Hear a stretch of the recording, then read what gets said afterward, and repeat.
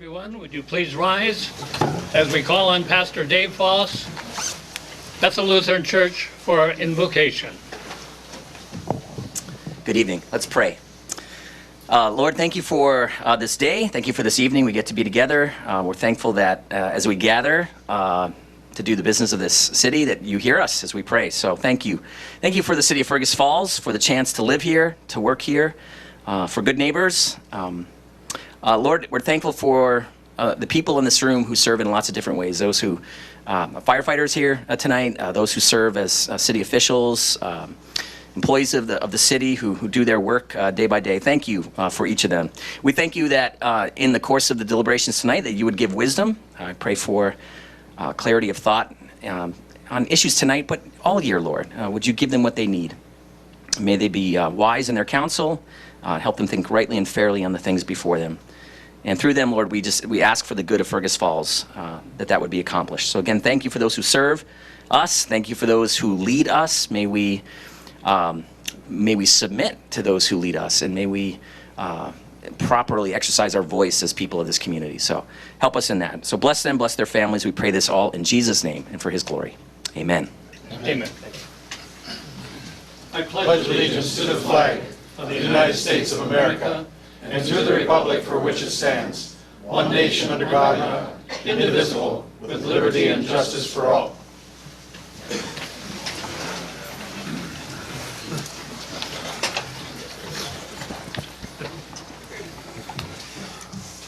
We'll call this October 17, 2016 City Council meeting to order. Roll call, please. Yes. Here. Here. Here. Here. Here. Here. Here. We have a quorum. The first item on the agenda is to approve the agenda and make any additions or amendments to it. Call on Andrew Remsen. Yeah, thank you, Mr. Mayor, members of the council. I've got two items to add under new business tonight. I came in here at the last second. Number one is the acquisition, demolition, and sale of 1115 North Oak Street, and April will be speaking to that. And then number two is authorization to award RTC asset preservation projects, and the city engineer Brian Ybarra will speak to that. Anyone else have any other item to add to the agenda? If not, I'll call for a motion approving the amendments. I'll make that motion. Anthony, thank you. Second? I'll second Jim that, Your Fish. Honor. All in favor of the motion, say aye. Aye. Opposed, same sign. Motion is carried. The agenda is approved. The first item then, under public hearings, will be public hearing on the issuance of healthcare revenue financing to finance the Lutheran Brethren Homes revenue note. And I'll call on Bill Sonmo. Thank you, Your Honor. Before you have a resolution approving this issuance of a healthcare facilities revenue note. It's for LB Homes. What they're doing is they are refinancing a 2007 note. The original par value of that was $6.7 million. That was issued originally at that time through the city of Battle Lake. In that particular year, we didn't have enough room in our bank qualification limit of $10 million to have them issue it through us, so they went through Battle Lake. Here then, we'd look at refinancing that for them, and then adding some new money for doing some work on their property at 824 South Sheridan. So combining the two of those, it says in the resolution that the maximum won't go over $6.7 million for this issue. I talked with someone from the bond attorney's office. They're still tweaking that amount, but it wouldn't go above that. So the ultimate resolution could come in with a number just somewhat shy of that. So we've done this before, as we've said. The city is not liable for this debt at all. It doesn't go against our taxing powers. It's secured by the LB Homes property. They actually issue a mortgage for that. I did get that today. I sent it out to your emails just like half an hour ago. So if you wanted to see that, that's referenced in this resolution. Also referenced in here, in essence what we do is the city issues this note with Bremer Bank, and then we loan those proceeds to LB Homes, and then we have a pledge agreement where then we pledge to Bremer so that LB Homes can make those payments directly. So that payments don't flow through us, they go directly, and that's the only security for that. So again, the city is not liable for this. We are a conduit, so they can get lower interest rates, is why they do that. So that's what I have. If you have any other questions, otherwise open the hearing. So. All right, any questions? Then we'll open the hearing on the issuance of healthcare revenue financing for LB Homes. Anyone who wishes to step forward and comment, please do so. Identify yourself, your name, your address, and make your statement. You're welcome to step forward at this time.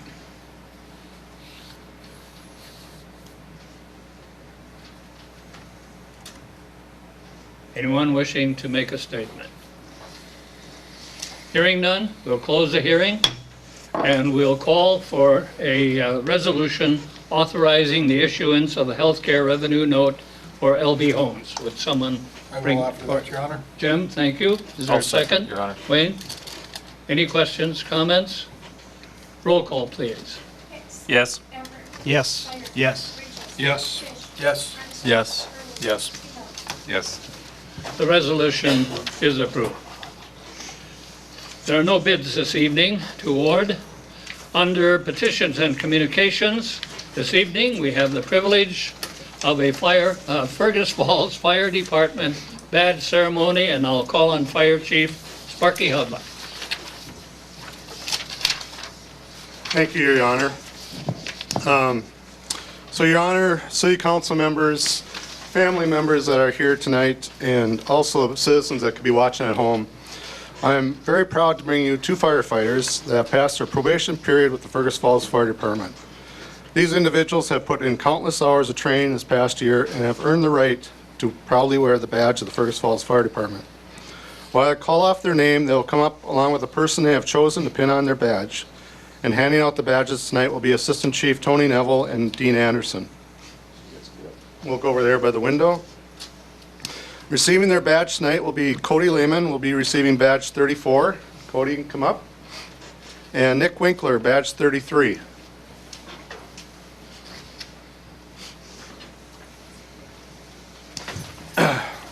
So the pinning of the badge, each member has chosen a family member to or a special person to pin on their badge for them. And tonight, it's both their wives. So Hannah and Deb are going to put the badges on. So go ahead and just don't draw blood. Just go ahead and put them on. Although these firefighters have been on for a year, tonight is a special memory for them. Tonight will mark a milestone in their firefighting career. These two individuals started on October 1st, 2015, and together they have completed over 300 hours of training. And family members, you want to get closer, go up and take pictures, or go ahead. These two individuals were go-getters. Their training class did not start here in Fergus, so they opted to drive to Perham, and they went 2 times a week up to Perham for class in the evening. Plus, they attended our Monday night drill. So 3 nights out of the week, from October to April, they gave up family time, and so it's quite impressive that what they did. So we're very proud to welcome them into our fire department family. So, Mayor, if you want to go ahead and present the oath of office to these two individuals. My honor. Please raise your right hand and repeat after me. That's good, though. If you need some help out on the job, we can help you. Please just repeat after me. I, and state your name, do hereby declare as a Fergus Falls firefighter. I Cody Lehman. do hereby declare as a Fergus Falls firefighter. I will, to the best of my ability, faithfully discharge my duties. I will, To the best of my ability, faithfully discharge my duties to the City of Fergus Falls Fire Department and the citizens of Fergus Falls. I will promote and protect the best interests of the Fergus Falls Fire Department. I will promote and protect the best interests of the Fergus Falls Fire Department.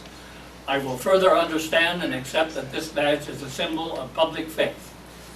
I further understand and accept that this badge is a symbol of public faith, and I wear it honorably as a public trust and pledge to be true to the fire service and what it stands for. Congratulations. Welcome to the Fergus Falls Fire Department. We're very proud.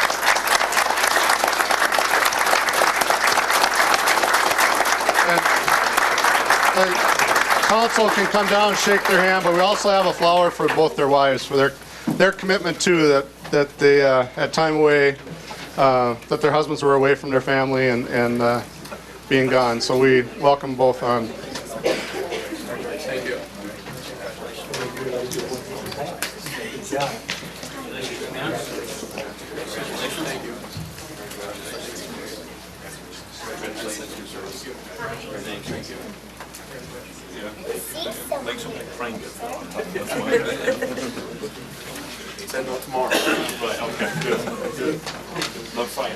So we'll vacate the room, so it'll be cooler in here. I don't know why with this thing. And I see Kyle was gone tonight. He must have felt the room was secure with all these firefighters. For sure. We can go ahead and go up in the lobby. Thank you, Chief Hudlin. Thank you, firefighters. We're extremely proud of our firefighting department. Our best to all of you. And congratulations again to Cody and to Nick. Sparky, how do you teach them to make such good food over there? Like, is that part of the It's deal? a secret recipe. You gotta get on the fire. It's made with love. On the sea and salt. Actually, don't tell me. Keep me out of the kitchen. You know, that's Sparky cook. We'd have too many fire opportunities.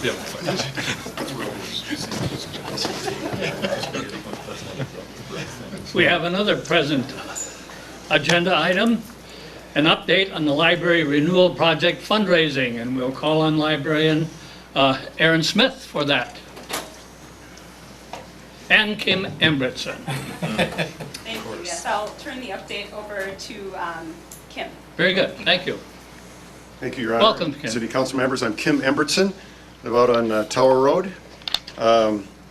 And I will be sharing some numbers, where we're at today. We've had some more good news in addition to what you saw in the paper. But I want to start with a story first, because fundraising is partly about money, but it's also about inspiration. Recently we had a public fundraiser where over 100 people were able to attend. I had a chance to visit with a young family that had 2 children, and I asked them to tell me, how do you use the library? And the mother said, oh, well, every week. It's a family affair. We go down there and check out books, and the kids love to have books. So I turned to her 7-year-old son and I said, well, what kind of books do you check out? He said, well, I like to get books about making things. And he said, I even got to use the 3D printer once. He was very excited about that. And one of the things that we've known is that reading sometimes is for enjoyment and for gathering information, but it's also learning about the things you have a passion for. So even at 7 years old, he was excited about the possibilities. And as you know, in the plans of the library, to be able, one of the expansion parts is to add the maker space, the technology access. So I think we've got a budding engineer on our hands who already is excited about the library. So in a sense, the library also becomes that long-range economic development to help him learn the skills that he's really passionate about at this age. Just before I left the table, he also told me, and I got a chance to take apart an old mixer at our house. But when I put it back together, it didn't work so good. So there's more to learn. And it's those kind of stories that we've been hearing as we talk to people about how the library's been important to them, how it's important to our community. One family said, it's also important that when friends come to visit, we want to be able to take them to places, and we'd really love to be able to take them to the quality library that is envisioned by this expansion. So it has lots of benefits to the community, and it's fun to hear those stories as we visit. We've had an opportunity to visit personally with people, send out over 300 letters to people who have shown an interest in supporting the library in the past. With the recent public fundraiser, we were able to use social media, and with the help of some people who know how to do that stuff, we were able to get it spread out to well over 500 people in just a couple of days. So we know that more and more people are hearing about it through fundraising, and as we start to look at the results, so far today, we've had over 70 people who have made a commitment, either as a cash donation or as a pledge or some combination of that. We've had gifts that have ranged. Of course, the Coles gift, the estate gift that here is obviously the largest one, over $1 million. But we've had recent gifts that have come in at the $250,000 range. We've had a couple of those. We've had gifts as small as $5 from people who lived outside of town but still thought the library was very important and were able to give what they can. And then we've had gifts ranging in all areas in between that.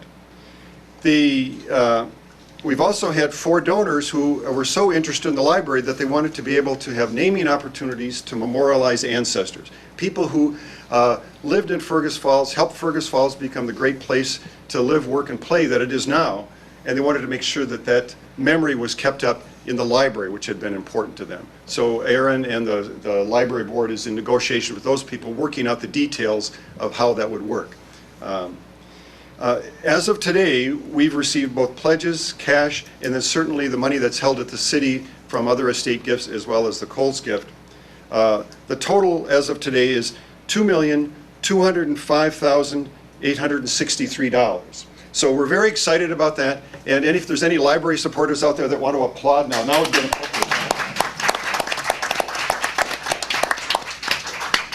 After the announcement in the paper that we had exceeded the $2 million mark, which we were very excited about towards our goal of $3 million, a wonderful milestone in any fundraising campaign. We did hear word a couple days after the newspaper article was published that the Vadine Trust in town had met with their trustees. They had originally promised a $50,000 pledge if the half-cent sales tax passes. They increased that by another $200,000 at that time, with the promise that as they get towards the end of the year, that they would look to see if there's any more that they could give at that time. But that would be spread out over a 5-year period of time. So that was very exciting for us, and we're not done. We still have lots of people who have told us verbally, I'm going to do something. And they're still thinking about that. They're planning on how they can make those gifts, making sure that they can do it accurately, because if they make a pledge, we've noticed that people who make a pledge in this area want to keep it. So sometimes they don't want to do it in too much haste. So we know we have lots of people who have said, I'm going to do something. We know that some of that will come in before the election, because we've told them that's an important time to encourage other people to vote yes, because the pledges are there conditional on a yes vote. And also, there are several foundations who have said, we're interested in what you're doing, but we can't commit anything until we know that the sales tax funding is going to be in place, because they're required to distribute so much money a year, and they want to make sure that the project is going to go forward before they make that commitment. One of the granting opportunities will be the State Library Capital Construction Grant. We'd hoped that that would be in the bonding bill this year, and it was. There just wasn't a bonding bill. So we have high hopes that that will be happen again next year. And the way the legislation had been written was you're eligible for up to $1 million requests. Not that they would grant all of that, but certainly this project is aligned with the goals of that state money. So we know that's a possibility. Bremer Foundation is also one who's talked to us and said interested in the project but can't make a commitment until they know about the vote. So a lot hinges on the vote, of course, but I just wanted to let all of you know that we've been working hard at our fundraising. We've achieved important milestones to this point, but we're not done. We'll continue to work at this until we reach or exceed our goal of $3 million. So Mayor, council members, if you have any questions about the fundraising project, I'd be glad to answer those at this time. Any questions? Anthony? Kim, on the 2.2 million, does that include the extra 200,000 then, that the Vadine Trust? Yes, it does. Thank you. Any other questions? Did you ever think you should have gone for 4? In the feasibility study, we tested several different models of fundraising. And as we looked at it, we said we want to make sure that we can meet a goal, because it's important not to be too lofty in your goals, but enough of a stretch to encourage people to go farther. And with the decision of the fundraising committee, $3 million looked like that right opportunity. Enough of a stretch, but enough to be successful. Well, obviously, your decision is prudent and certainly effective. You've done marvelously thus far, and good luck the rest of the way. Thank you very much. Thank you, Your Honor. Council members.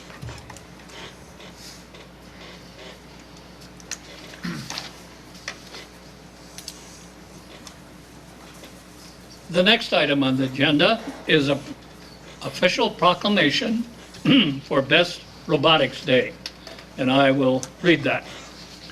Official proclamation, City of Fergus Falls, Minnesota. Whereas, encouraging youth to pursue careers in engineering, science, technology, and mathematics is important to Minnesota's future. And whereas, BEST, BEST, which stands for Boosting Engineering, Science, and Technology, inspires students to pursue careers in engineering, science, technology, and mathematics through robotics design. And whereas engineering, science, technology, and mathematics are an integral part of Fergus Falls' economy, and whereas education in these areas is important for the Fergus Falls future, and whereas Central Lakes Robotics, a Fergus Falls middle school and high school team, won the Bison Best Robotics Competition and the Northern Plains Regional Robotics Competition in 2015. Congratulations, by the way. Now therefore, I, Hal Leland, Mayor of Fergus Falls, do hereby proclaim December 1st shall be as observed as Best Robotics Day in the city of Fergus Falls on this 17th day of October 2016, and signed by Mayor Hal Leland. And congratulations, and whom am I welcoming to the podium? Thank you, Your Honor. My name is Callan Sandall, and I am a graduated member of Central Lakes Robotics.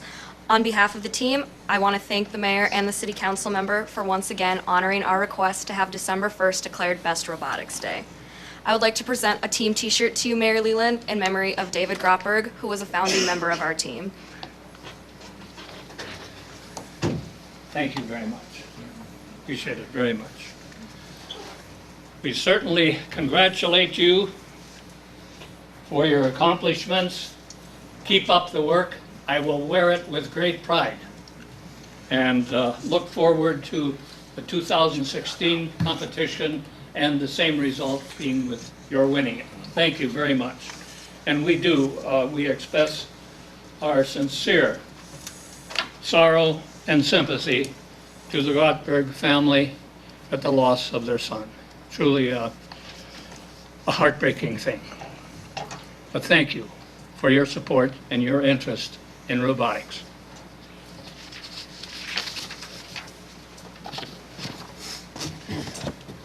The next item on is the open forum, and this evening I'll call on Ron Gandy to come forward and make his presentation.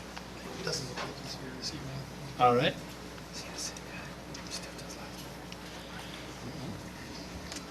Apparently, he wasn't able to make it this evening, so we'll move on to the consent agenda. The following are non-controversial items intended to be approved with one motion without discussion. If a council member, staff, or member of the public would like to discuss an item, please that it be removed and it will be placed elsewhere on the agenda. Item 1, a resolution to authorize the purchase of truck for multi-purpose uses at the Public Works Department. Item 2, a resolution declaring items as surplus property and authorize their disposal. Item 3, resolution authorizing the Chief of Public Safety to act as a designated and authorized representative for the Police Department and to sign the Master Subscriber Agreement for the Minnesota Court Data Services for Governmental Services. Item 4, a motion to approve the minutes from the October 3rd, 2016 City Council meeting and the October 11th, 2016 Special City Council meeting. Item 5 is a motion to approve licenses, and you have an augmented listing of those in your packet. And I will entertain a resolution to approve the consent agenda. Offer that, Your Honor. Justin, thank you. Second? I'll second it. Scott, thank you. Roll call, please. Yes. Yes. Yes. Yes. Yes. Yes. Yes. Yes. The consent agenda is approved. Thank you. Under ordinances and resolutions this evening, item 1 is the second reading of Ordinance 51, Charter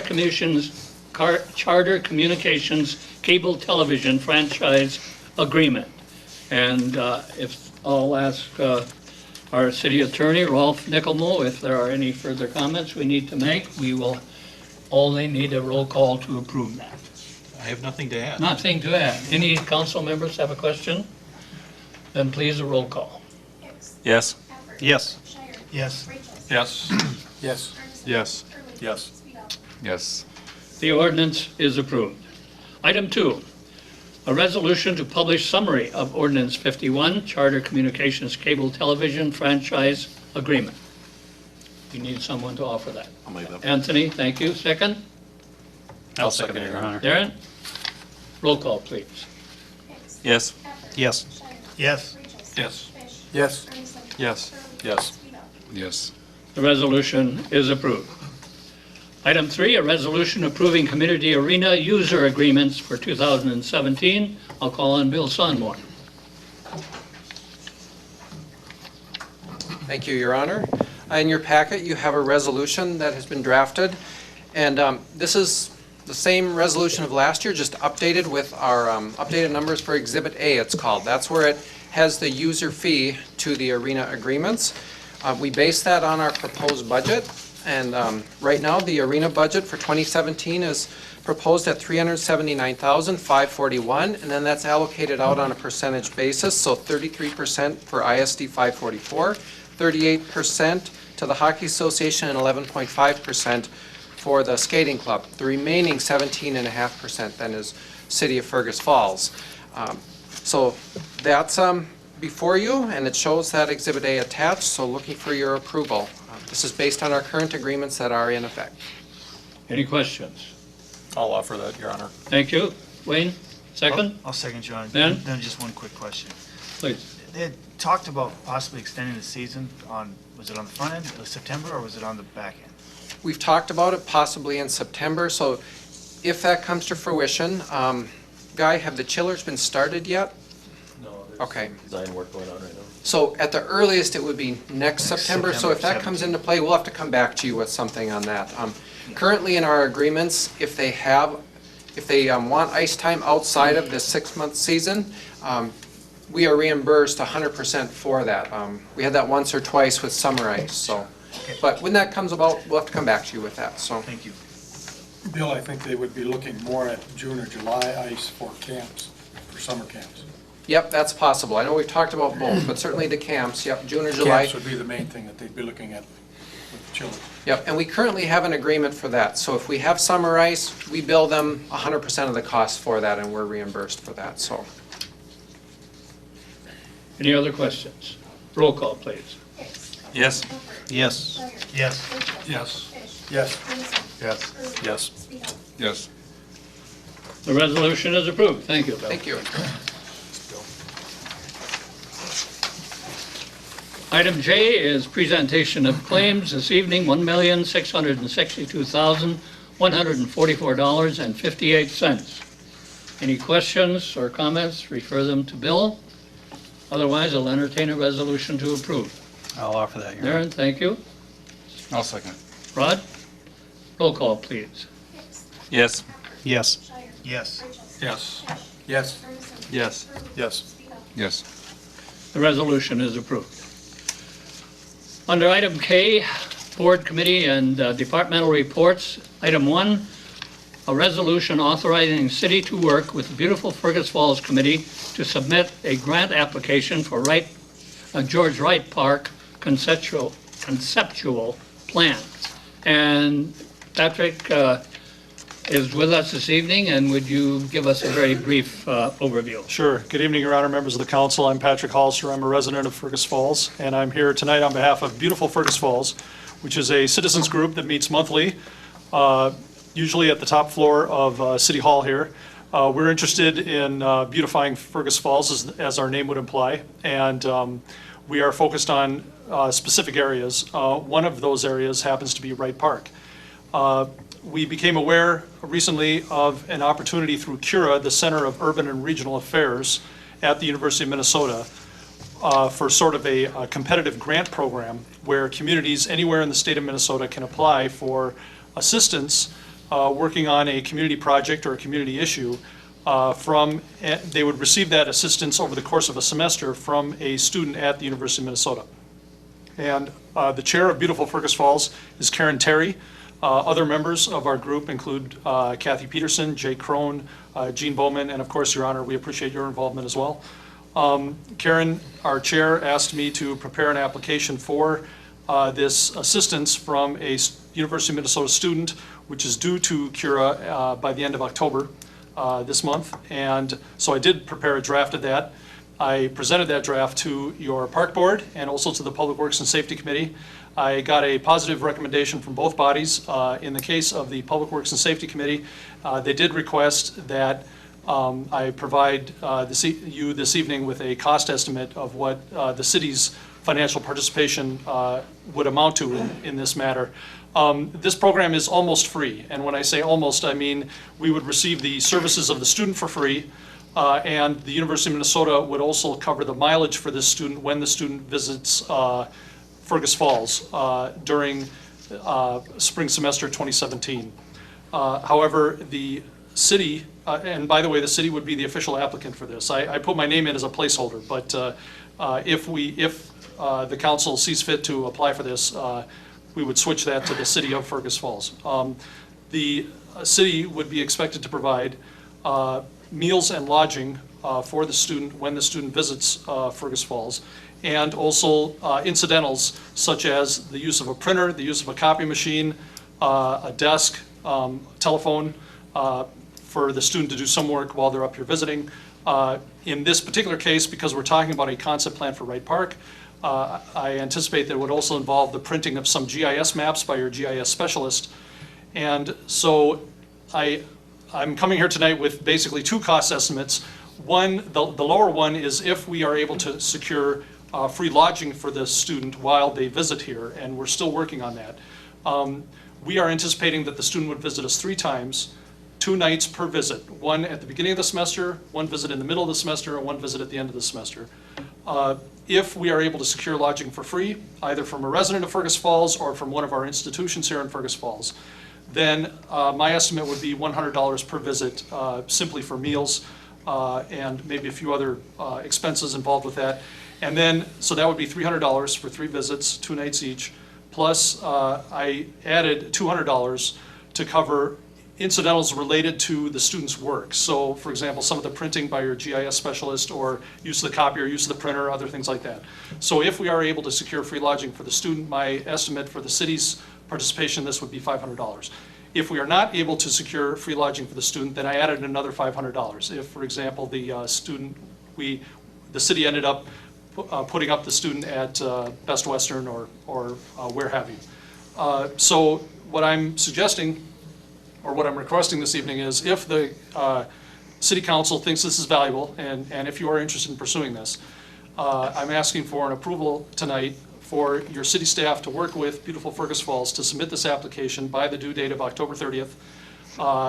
And I welcome you to assign a cap of the city's financial expenditure toward this of $1,000. And we will certainly endeavor to come as far below that as we can. We will be as economical as we can with this project. But we think it's an exciting opportunity to have, and by the way, when I say student, what we are specifically requesting from Cura would be a graduate student in the landscape architecture program. We anticipate this student would work quite a bit with both Gordon and Steve on this project, and we would also be forming an advisory committee to work with the student from various stakeholders in the community. So that's my request to you this evening. Thank you. Thank you, Patrick. And do you have any questions? Scott? Where's the funding going to come from, Bill, on this, if we take it?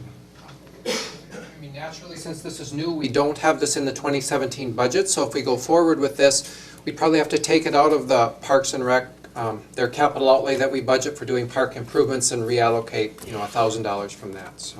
And Steve's okay with that? Yep, I mentioned it to him today, so. I didn't really ask him, I more mentioned it, so. Sorry, guy. Your Honor, question. So I would assume this student would be doing work, on behalf of the city, or coming up with a plan more than just when he's here in Fergus. I mean, is part Correct. of his The student would, at least as we're structuring this, The student would come up here 3 times, one in the beginning process, one at the middle of the process, one at the end of the process, for 2 nights each visit. The reason we say 2 nights is we want the student to have the opportunity to spend a full day in Fergus Falls with each visit, meet with Gordon, meet with Steve, meet with the advisory committee that we assemble, tour the site, etc. Yes, when the student returns to the university, the student would continue work on the plan. And what we'd like to do, actually, is for the 3rd visit at the end of the semester, we would like to have that student make a formal presentation of the plan to the city council. I think probably the most convenient way to do that would be to schedule a special session immediately before a regular meeting. So for example, from 4:30 to 5:30 p.m. in the evening on the night of a regular council meeting, you would schedule and advertise a workshop or working session or whatever you want to call it, but the main purpose of that would be for the student to present their final plan. This would happen probably sometime in May. I'd like to offer that with the addition that the student coordinate through Amy so they can visit with the consultants, HKGI, and dovetail their work to what, and at least sit in on that. Is that all right with you? Yes, that's excellent. You know, I'm aware of the downtown and riverfront development plan and also the planning process that you're undergoing with the Glacial Edge Trail. And I do think, obviously, Wright Park being a centerpiece of the downtown riverfront area, I do think there should be coordination there. I agree. Would you state that again? As far as the motion that we move forward with the recommendation that Patrick has given us, with the addition that the student would coordinate with Amy visits so they'd be familiar with the consultants and HKGI, the planning that's going on, at least in one of the visits. Second? I'll second that, Ben? Your Honor. Thank you. Any other questions or comments? I think Jim had a question. Jim, did you have? No, I was going to say. Okay. Your Honor, I just wanted to make sure that we're clarifying Rod's motion, $1,000 cap, which was what Patrick suggested. That was what your motion was. Including all that he had with the addition of simply those. Okay, all right, thank you.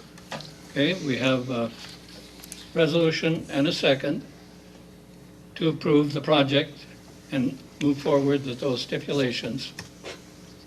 Roll call, please. Yes. Yes. Yes. Yes. Yes. Yes. Yes. Yes.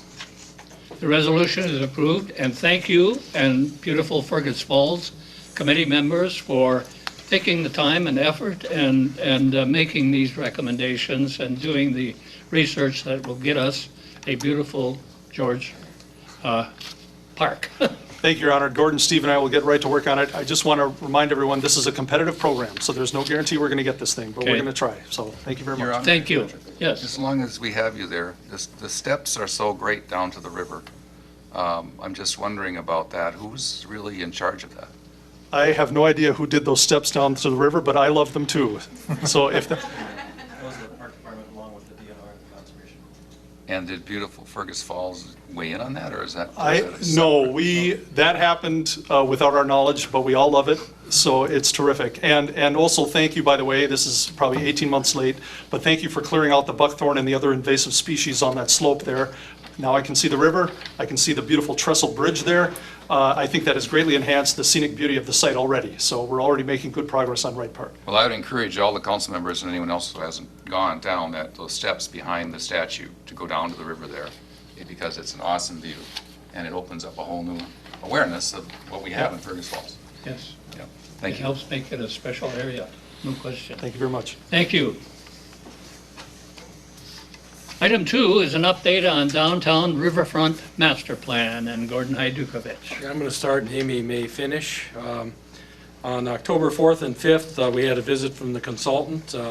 They had a project management team meeting, a 2-hour meeting from 2 to 4, and then the Citizens Advisory Committee was from 5:30 to 7:30. The following day, they had a foot tour. You'll find the map on your podium that shows the foot tour, and they had a car tour that's also on the reverse of that map. There was a lunch meeting, and then there was a kayaking experience for a number of people. Representative Speedall can probably speak to that better than I can, because I won't get into kayak. And then That was there including fishing, Gordon. Was it included fishing Yeah. too? Wow. Broken Down Dam tour also took place by the consultants. I also gave you, again, another copy of the different committee memberships. Again, there are 21 members of the Community Advisory Committee. 15 of those are non-school. There are 7 members of the project management team. And then there are 3 members of a directed technical inquiries group, which is made up of state and federal employees with special knowledge. And Amy, did you have anything more? So we thought it went well. The Community Advisory Committee was sent home with homework to come back with ideas of places that they especially liked and experienced. Amy and I are going to update the 4 members who were not in attendance and offer them that same homework opportunity. I got one question.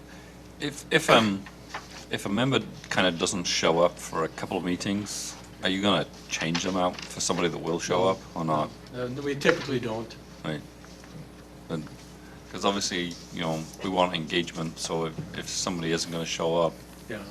I think there's one individual that I'm going to be, I think they represent somebody who wants to be represented. And if that individual doesn't attend, I'll get that one, particular one replaced. Because, I mean, we're spending $200,000 Yes. kind of thing with the trail added, so, Sure. you know, we want people engaged. Again, the consultants wanted 12 to 15. Right. And with the advanced placement government class with 5 students very eager, they all eagerly showed up. I was really pleasantly surprised by that. We've got more, including their supervisor. And so I think it's a real good opportunity. It lends itself to a really neat plan, and when the plan is complete, a real great explanation of how you spread out the information. Think about that. 5 students going back to their class. The class is 32. Everybody talks in the class goes home, talks to their parents talk to friends and relatives, and it gets it out there. So just another way to do it. Your Honor, I just want to make a comment that I think Gordon's got unrealistic expectations about kids going home and telling their parents about anything that happened during school during the day. At least in my house, that's like pulling teeth. But again, these are advanced placement kids. Hopefully. These kids are advanced. Well, you miss that word. No, I trusted those kids. Well, I mean the classmates. Your Honor, your daughters are watching, so be careful. I know. I hope they are. I hope they're embarrassed by that. So I think it's off to a good start. Just one. Amy, you have a comment? I was just going to add to the point of the students. I did actually run into a parent of one of the students whose son did tell her all about the meeting. So, good. Well, that might be a big assumption. At least one of them went back and talked to their mom. So we have that. That's one more than might have otherwise been. So Thank you. Thank you. And again, the students may come as 5, they may come as 2, they may come as 1. The idea was to have, since they're all very busy, and the rest of the class was offered the opportunity, they'll at least have 1, if not all 5 there, and pass that information on and have that discussion. And when it comes down to awards, and I think this will be an award-winning plan when they're done, this is a real good sale point for the award. Rod's got a question. And This is monthly meetings? Monthly meetings. With the consultants in Yes. town? Yes. That's the plan. 2 days. who else? Rod? Yeah, just a note on, I missed the last special council meeting, but I wasn't playing hooky. I was at a Otter Tail River Watershed Co-op, cohort, excuse me. And the cohort is looking at there's never been a watershed group on the Otter Tail, because typically we don't have much flooding. But they're very interested in receiving updates on this. And I just wanted you to know that, and perhaps we could allow them permission to get updates or something. Sure. It would be good if you had some contact information, we could do that. Yeah, thank you. Any other questions, comments? You need action No, of any kind? thank you. Thank you. Thanks, Gordon. And there's a 3-pound smallmouth caught there in that trip, just so you, yeah, but they were too far ahead to notice it, so, you know. The next item, reports from staff and administrative officers, and I know our finance director has been really anxious to come with his report and update. There you go. It's nice to come with some good news for you tonight. When we talk about setting budgets and levies, as you know, we approved the proposed levy back in September, and I have that in the memo in front of you, so I'm sure you already read it, but we proposed, a levy of $5.6 million. This was a 6.9% increase over the prior year, and we went through at the budget presentation all the reasons why that was. The good news is we received tax capacity numbers from Otter Tail County. Those have been calculated now. And what that does is it brings that impact to the tax rate down to 1.18%. So that's the impact to the estimated impact to the tax bill. So instead of 6.9, we're looking at a 1.18. So, I mean, that's great news. And what that is that's new construction value added to the city, growth to the city. So there's more of the pie to spread out that levy. So with that growth. So good news there. Wanted to share that with you and not hold out until the December presentation. But those are the numbers you'll see in the December presentation at that first council meeting. So. Excellent, Bill. Thank you for that. Any questions or comments? Bud? Just a comment on when I was looking at, I believe it's a Tribune, or there's one of the larger cities in southern Minnesota had a 7-something%, and there was a number of comments about that from other communities. So I think we're doing very well. Fortunate that the Otter Tail levy is, but it's not uncommon for others to be having those kind of numbers at this point. Right. The state funding shortfalls. Yeah, good point, because our LGA is basically staying level. So anything we do, any inflationary costs translate to, levy increases. Cities are funded through property tax levies, and in our case, largely local government aid. So, yeah. And I think since I'm not running for office, I can say that I think that the initiatives and some of the activity in Fergus Falls reflects a healthy increase in our tax base, which is what really we have to do to protect our aging population from paying too much tax. So it's very good news. Yeah. Good news. Awesome. Thank you. Thanks, Bill. Awesome. Thank you, Bill.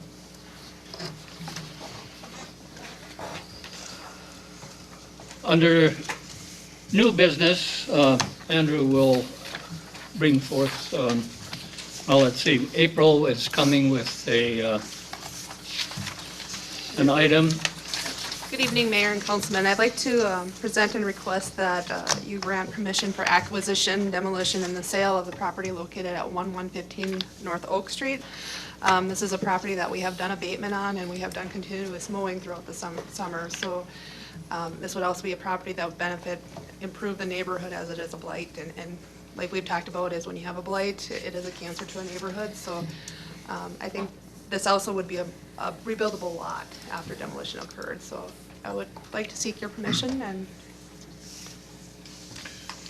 would somebody offer that? I'll offer. I do have a question. I'll second it, Your Honor. Okay. I also have a Wait, question. okay, your comment? What is the method of acquisition that we're proposing? I was approached, or I've approached the personal representative of the decedent who owned the home. I represented her previously and asked her whether she would be willing to convey to the city this lot. It was also subject to a mortgage, and we've talked to the mortgage company. They're releasing their lien. So the city will acquire this property free and clear of any other encumbrances, except there's real estate taxes that are owed on the property. And before we can record a deed to place the property titled in the city, we have to pay the property taxes. So that's the only significant encumbrance in addition to the demolition costs that will attach to this property. That's basically how this property became presented to the city. And if you want to accept the donation to the city, we have deeds in hands. We just need to record them. Yeah, just out of curiosity, what are the property taxes? How many years property taxes? 2014 through 2016 for a total of $3,500. Thank you. And I do just, Rod? Oh, yeah. Wait. Yeah, thank you, Your Honor. April, might there be an opportunity to partner with Habitat for Humanity on this one? I know that we did on the one on Bancroft, right? That'd be up to you guys' decision as well. I was just hoping that we could sell and recoup some of those costs. Like I said, it is a rebuildable lot, and then it also is something that might be desirable to somebody that wants to construct without assessments on their property. Okay. Bill? Thanks. And I concur with April. If we can sell this and recoup our costs, that would be the best scenario, so that that money goes back into the budget. So if we have other abatements, as we know, we are looking at others to. You're not being asked to sell it tonight, though. You Right. can't sell it at this meeting, it'd be at somewhere down the road. Justin? Your Honor, we abated this, you had said, and then also mowed is, the cost into potential resale, will that be included in resale? Because I'm sure we incurred some cost on the abatement and mowing. We would be able to recover that if, right now the county has that property assessed at $10,000, just a lot, a vacant lot. And I believe after demolition, it would increase the cost if, to be competitive. So, right now, I know the abatement costs were right around $600. Oh, okay. Any other questions? We have a resolution. I make the resolution that we go We have ahead. one, we have one. Okay, All we good. need is roll call. Any other questions, concerns? Roll call, please. Yes. Yes. Yes. Yes. Yes. Yes. Yes. Yes. Resolution is approved. Thank you, April. Thanks, April. And Andrew will, or Brian Yubaro is going to discuss the other item. Yes, thank you, Honor, and good evening, and members of the council. In front of you is a memo in regards to recent action for the RTC Asset Preservation Project. A little background of this, if you recall, on October 7th, we had a city council work session, and we discussed this project for about 2 hours and the potential outcomes, what the city council was requesting. At that time, they advised us to revise the initial scope of work packets and procure additional quotes in regards to buildings number 1 and 22. And also, we had, at the October 11th special council meeting, the city council accepted one roofing quote from G&V Construction out of Savage, Minnesota. That was for building number 26. Therefore, we approached Stantec in regards to building 1 and 22, and they have, G&V has sent us 2 additional quotes. Therefore, I'm requesting council action for these additional 2 quotes. First one, resolution to approve bid for building number 1. This work consists of replacing all asphalt shingles and repair the rain gutters. Repairs to the octagonal and clay tile roof areas are excluded from this quote that were in the original one. The G&V had submitted a quote in the amount of $55,800. Council recommendation, I'm requesting recommendation to award this quote amount contingent on state grant eligibility. Someone offer that? I have a question. Anthony? I make the offer, but I'll say. Okay, thank you. What's the timing on these projects? In These terms of- ones, in the project manuals, I believe it was December 1st to have them. So they would be completed. completed, technically they would be completed this year? Yes, correct. Thank you. Any other questions? Roll call, please. Yes. Yes. Yes. Yes.